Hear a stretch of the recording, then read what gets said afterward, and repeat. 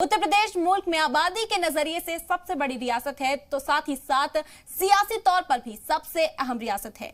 2022 में असेंबली इंतखाबात के मद्देनजर सियासी हलचल शुरू हो गई है। आबादी, सियासी बेदारी, तारीखी सकाफती विरासत और जंग आजादी की तहरीक के नजरिए से उत्तर प्रदेश मुल्क की बेहद अहम रियासत है और हिंदुस्तान की तकरीबन 16.1% आबादी इस रियासत की रिहाइश है। उत्तर प्रदेश में असेंबली इंतखाबात की जीत का जादू या आदोदोशुमार 202 है। इंतखाबी मैदान में उतरी जो भी पार्टी या पार्टियों का इत्तेहाद इस आदादोशुमार या इसके पार पहुंच जाता है तो अगली सरकार उसी की होगी। इसलिए आज का बड़ा सवाल यही है कि यूपी का दावेदार कौन।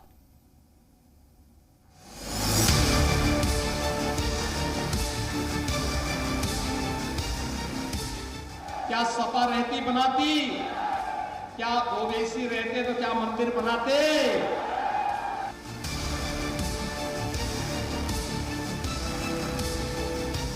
भारतीय जनता पार्टी की सरकार का जाना तय है। हिंदुस्तान में दूसरे दर्जे के शहरी नहीं, बराबरी के शहरी है।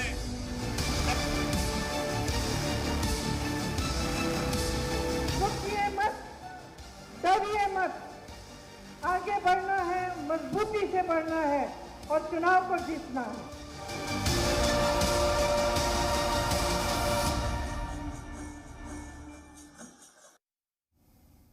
प्रियंका गांधी के यूपी दौरे के बाद अब कांग्रेस के सीनियर लीडर यूपी में एक्टिव हो गए हैं। इसी के तहत आज कांग्रेस के लीडर सलमान खुर्शीद और तर्जुमान सुप्रिया श्रीनेत की प्रेस कॉन्फ्रेंस होने वाली है। शाम 4 बजे होने वाली इस प्रेस कॉन्फ्रेंस में कांग्रेस अपने आगे की हिकमत अमली के बारे में जानकारी देगी। आज शाम को होने वाली इस प्रेस कॉन्फ्रेंस में कांग्रेस के कई अहदेदारान भी शामिल होंगे।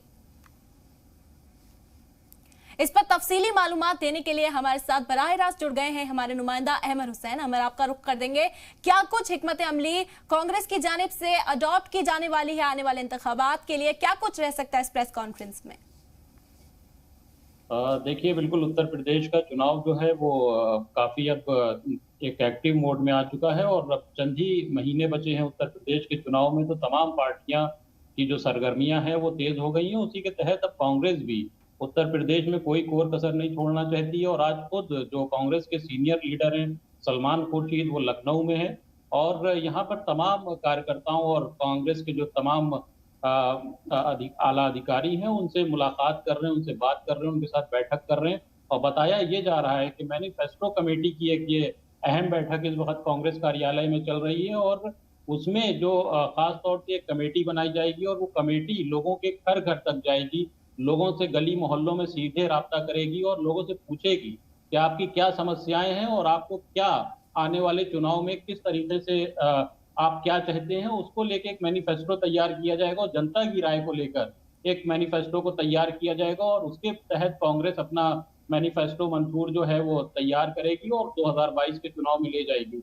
उसी के लिए आज सलमान खुर्शीद खुद यहाँ पर लखनऊ में आए हुए हैं और तमाम लोगों से बैठक कर रहे हैं और जानने की कोशिश कर रहे हैं कि किस तरीके से कमेटी गठित करना हो, किस तरीके से आगे ले जाना। उसी को लेकर उन्होंने 4 बजे आज लखनऊ में एक प्रेस कॉन्फ्रेंस भी रखी है जिससे खुद वो मीडिया से सीधे खिताब करेंगे और अपनी जो कमेटी मैनिफेस्टो की जो बैठक है उसके बारे में सीधे मीडिया को जानकारी देंगे और अपने कार्यकर्ताओं को भी खिताब करेंगे। जी, प्रियंका गांधी ने हाल ही में दौरा किया है और उसके बाद लगातार ये भी बात सामने आ रही है कि प्रियंका गांधी अब लखनऊ में ही डेरा डाले हुए हैं और किस तरह के जो एक बदलाव है वो देखने को मिल रहा है, क्योंकि कांग्रेस अब मजबूत पहलू अख्तियार करने में जुटी हुई है। तो प्रियंका गांधी का जो ये दौरा है कितना असरदार साबित हो रहा है?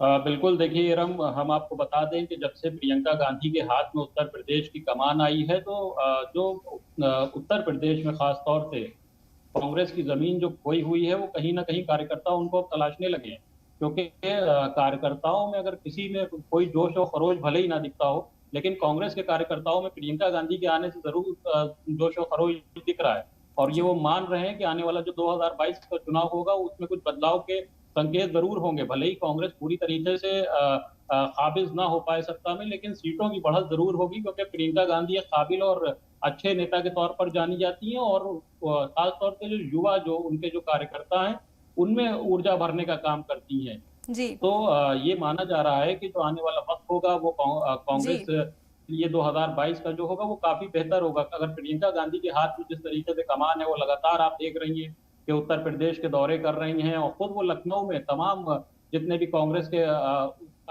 कार्यकर्ता हैं, जितने नेता हैं, बड़े नेता हैं, चाहे वो प्रदेश अध्यक्ष अजय कुमार लल्लू हो, नसीमुद्दीन सिद्दीकी हो, तमाम नेताओं से वो खुद मुलाकात कर रही हैं और बैठकें बराबर कर रही हैं कि जी अहमद, जिस तरह से प्रियंका गांधी दौरे कर रही हैं, जिस तरह से वो आला लीडरान से मुलाकात कर रही हैं, बिल्कुल यूपी में कांग्रेस की जमीन मजबूत करने में जुटी हुई है और वो साफ तौर पर दिख रहा है। बहुत बहुत शुक्रिया अहमद तमाम मालूमात हम तक पहुंचाने के लिए। नाज़रीन, यूपी में इंतखाबात हैं, ऐसे में प्रियंका गांधी लखनऊ में ही डेरा डाले हुए हैं। ऐसे में कांग्रेस का किला माने जाने वाले रायबरेली में कांग्रेसी काफी पुरजोश हैं। कांग्रेस लीडरान के मुताबिक प्रियंका गांधी बहुत मेहनत कर रही हैं और इस बार यूपी में कामयाबी मिलेगी, लेकिन बीजेपी इसे सिर्फ सियासी टूर बता रही है।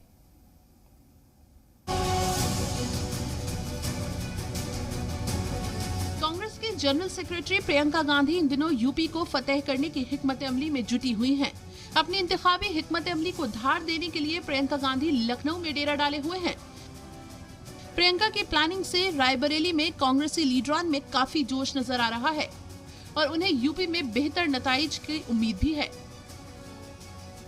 क्योंकि रायबरेली जनपद आदरणीय श्रीमती सोनिया गांधी जी का क्षेत्र है, यहाँ से सांसद हैं। जो भी विकास रायबरेली जनपद में हुआ है हमारी नेता श्रीमती सोनिया गांधी जी की वजह से हुआ है, इसलिए यहाँ पर काफी उत्साह कार्यकर्ताओं में है। रायबरेली सोनिया गांधी का पार्लिमानी हलका है और कांग्रेस का गढ़ माना जाता है। ऐसे में कांग्रेस लीडरान को यकीन है कि रायबरेली के अवाम असेंबली में हाथ के साथ ही रहेंगे। कांग्रेस की नीतियों में आस्था व्यक्त करते हुए सभी कार्यकर्ता एक तन मन और धन से जुटेंगे कि हमारी पांचों विधानसभा जीते और कांग्रेस का परचम रायबरेली में फिर है।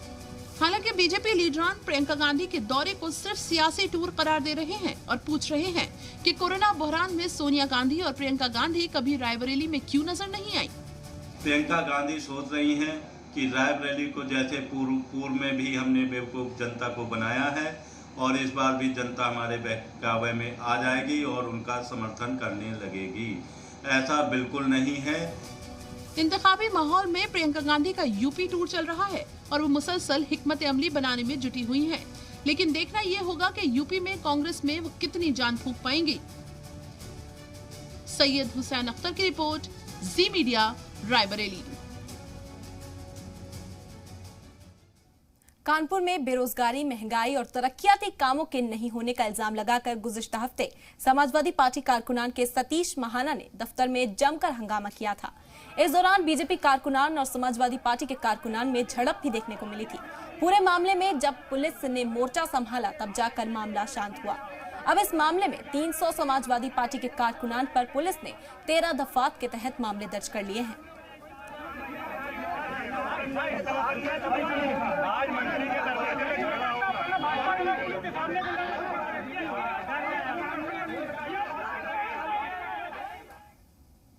बीजेपी नौजवान वोटरों के सहारे 2022 का असेंबली इंतखाबात जीतकर दोबारा इख्तिदार में काबिज होने की तैयारी कर रही है। बीजेपी ने 2012 और 2019 के लोकसभा इंतखाबात में भी फर्स्ट टाइम वोटर्स को रुकन लाया था। इन नौजवान वोटरों के दम पर बीजेपी ने मरकज में हुकूमत बनाई थी। इसका फायदा बीजेपी को 2017 के असेंबली इंतखाबात में भी मिला था और एक बार फिर से बीजेपी ने नौजवानों को साधने की कवायद तेज कर दी है।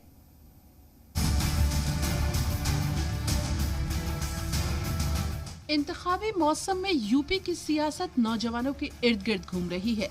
नौजवान जोश से लबरेज नजर आने वाले वजीर आला योगी आदित्यनाथ यूपी में नौजवानों को लुभाने के लिए हर मुमकिन कोशिश कर रहे हैं जो उन्हें इख्तिदार की सीढ़ी तक पहुंचा सकती है।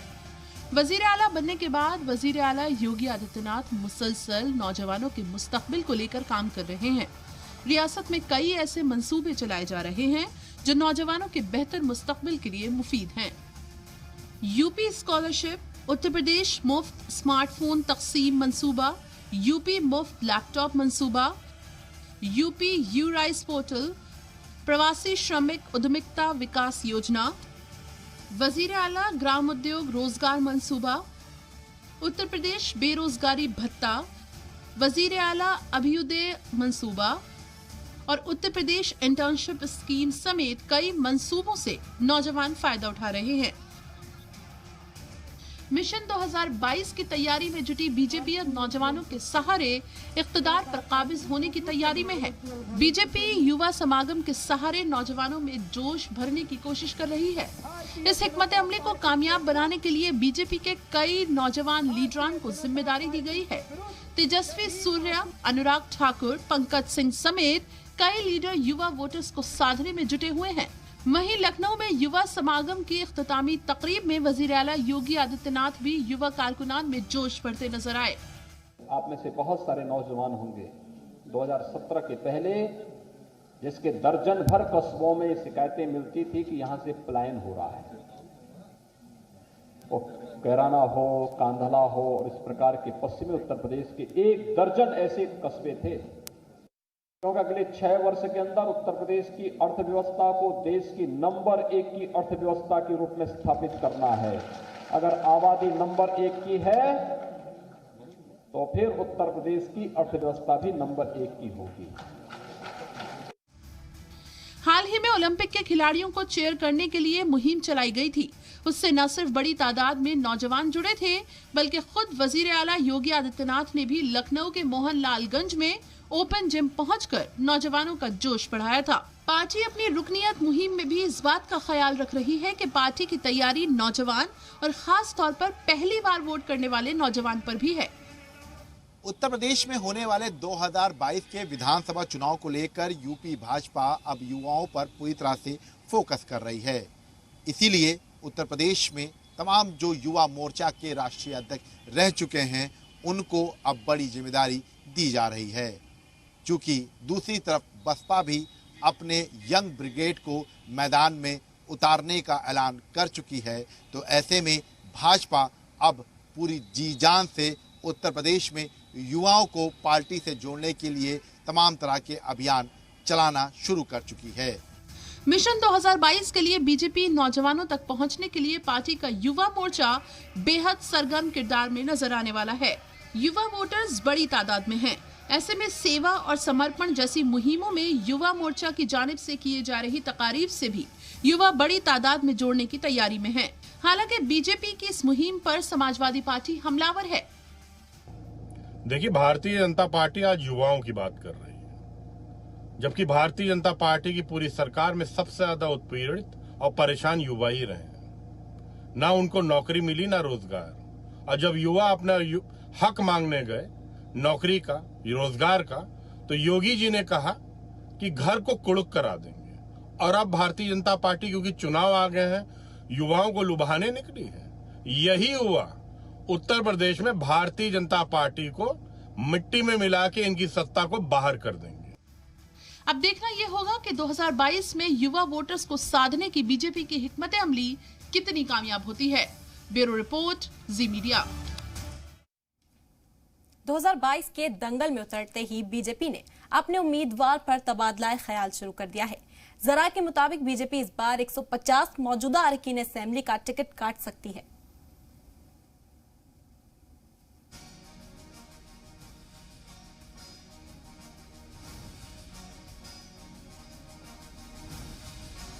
बीजेपी ने उम्मीदवारों को मैदान में उतारने पर तबादला ख्याल करना शुरू कर दिया है। जराये के मुताबिक उम्मीदवारों के मुंतखब होने के लिए कौमी सदर जेपी नड्डा की जानिब से सर्वे कराया जा रहा है।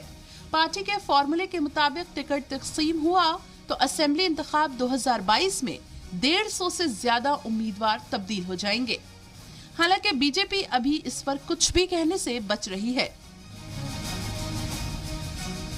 देखिए, भारतीय जनता पार्टी अपने कार्यकर्ताओं के बीच में लगातार जाती रहती है, फीडबैक लेती रहती है और भारतीय जनता पार्टी योग्य और जिताऊ उम्मीदवारों का चयन करती है। इसके लिए एक पार्टी की प्रक्रिया है जिसमें पार्टी की प्रदेश की चुनाव समिति की बैठक होती है, उसमें नामों को फाइनल किया जाता है। उसके बाद केंद्रीय चुनाव समिति और फिर पार्लियामेंट्री बोर्ड इस बात का निर्णय करता है किस विधायक का टिकट मिलना है या किसका टिकट कटना है। ये पार्टी के नेतृत्व द्वारा तय किया जाएगा। जराये के मुताबिक 4.5 साल तंजीम और सरकार की सरगर्मियों में फाल नहीं रहने वाले अरकान असेंबली का टिकट कटेगा। इन 4.5 साल में बेलगाम बयानबाजी करके तंजीम और हुकूमत को कटघरे में खड़ा करने वाले अरकान असेंबली पर गाज गिर सकती है। 70 साल की उम्र से ज्यादा के शदीद बीमारियों से जूझ रहे अराकीन असेंबली का भी टिकट कट सकता है। 2017 असेंबली इंतखाब में बड़े फर्क से शिकस्त का सामना करने वालों का भी पार्टी से किनारा हो सकता है। जिन अराकीन असेंबली से मकामी अवाम नाराज हैं, कारकुनान नाराज हैं या पार्टी ओहदेदारान नाराज हैं, उन अराकीन असेंबली की जगह नए चेहरों को मिल सकती है। जिन अराकीन असेंबली पर वक्तन फवक्तन इल्जामात आयद होते रहे हैं, उनका टिकट भी कट सकता है। हालांकि टिकट स्क्रीनिंग और कई अराकीन असेंबली के टिकट कटने की कयासराइयों के साथ ही समाजवादी पार्टी ने बीजेपी को घेरने की कोशिश की है। देखिए, भारतीय जनता पार्टी के चाहे मंत्री हो चाहे विधायक, अगर इतना अच्छा काम किया होता तो 150 विधायकों का टिकट काटने की नौबत क्यों आती? अगर वाकई विधायकों और मंत्रियों ने अच्छा काम किया तो आप क्यों टिकट काटेंगे? उन्होंने कोई काम नहीं किया। आज उत्तर प्रदेश में जो त्राही तराही महंगाई को लेकर मची हुई है, भ्रष्टाचार को लेकर मचा हुआ है, महिलाएं उत्पीड़ित हैं, किसान आंदोलन कर रहे हैं, छात्र नौजवान पर लाठियां बरसाई जा रही हैं, व्यापारियों की हत्याएं हो रही हैं, महंगी बिजली और महंगी शिक्षा से लोग पीड़ित हैं, त्रस्त हैं। उत्तर प्रदेश की जनता भारतीय जनता पार्टी को 22 के चुनाव में बाहर का रास्ता दिखाने वाली है। दरअसल बीजेपी ने 50% वोट बैंक के साथ इस बार 350 से ज्यादा सीटों को जीतने का हदफ रखा है। इस हदफ को पूरा करने के लिए पार्टी उम्मीदवारों का इंतखाब करने में फूंक फूंक कर कदम रखेगी। ब्यूरो इनपुट्स के साथ फरीना खान, जी सलाम। –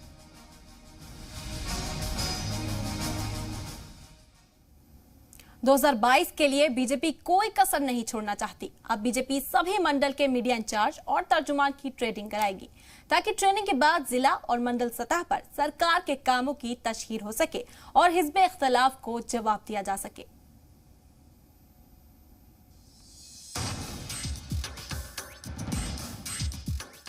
– 2022 में इख्तिदार वापसी की राह तलाश रही बीजेपी हर मोर्चे पर खुद को मजबूत करने में जुटी हुई है। इसी कड़ी में पार्टी ने असेंबली इंतखाब से कबल 1918 डिविजन्स में मीडिया टीमों की तश्कील का फैसला किया है। इस मुहिम में बीजेपी के तर्जुमान और मीडिया ओहदेदारान सभी अजला का दौरा कर मवासलाती मुहिम को तेज करने की कवायद में जुटेंगे।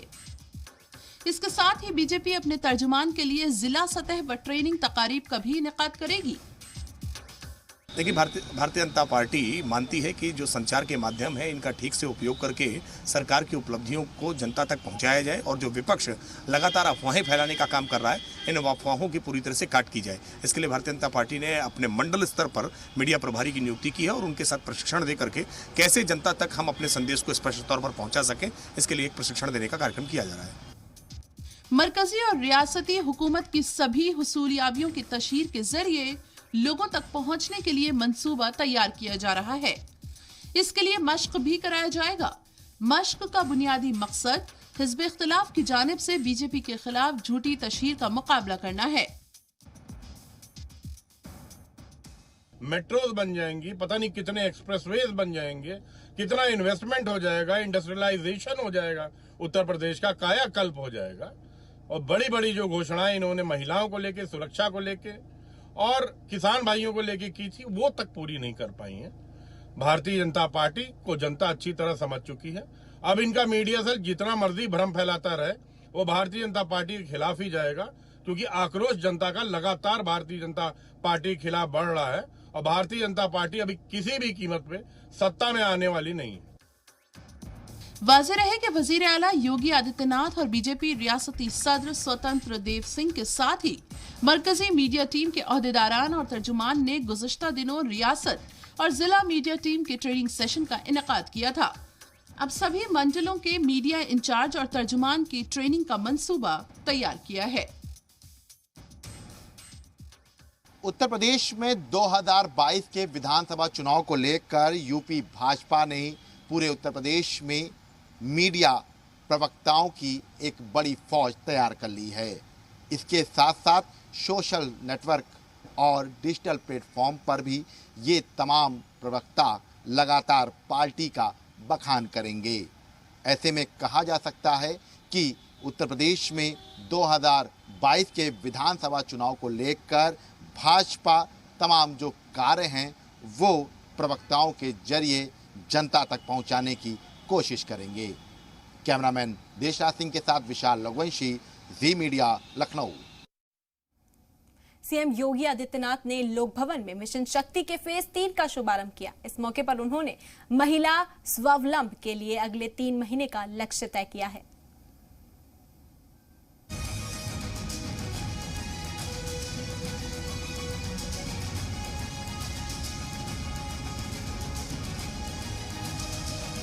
उत्तर प्रदेश में योगी सरकार का मिशन शक्ति मुहिम जारी है। इसी कड़ी में वजीर आला योगी आदित्यनाथ ने कल लोक भवन में मिशन शक्ति के तीसरे मरहले का इफ्तिताह किया। भारतीय डाक विभाग द्वारा एक जनपद एक उत्पाद के विशेष कवर का अनावरण हो रहा है। साथ ही इसी पर आधारित एक विशेष विरूपण का भी विमोचन माननीय। इस दौरान वजीर आला योगी आदित्यनाथ ने निर्भया एक पहल अभियान का आगाज किया। इसके अलावा वजीर आला ने खवातीन के कौशल विकास मुहिम का भी इफ्तिताह किया। इस मौके पर वजीर आला योगी आदित्यनाथ ने तकरीब में मौजूद खवातीन को टेस्ट किट भी तकसीम की। तकरीब में वजीर आला योगी आदित्यनाथ ने आइंदा 3 माह में 75,000 खवातीन को बैंकिंग निजाम से जोड़ने का हदफ तय किया है। मिशन शक्ति का ये कार्यक्रम प्रदेश के अंदर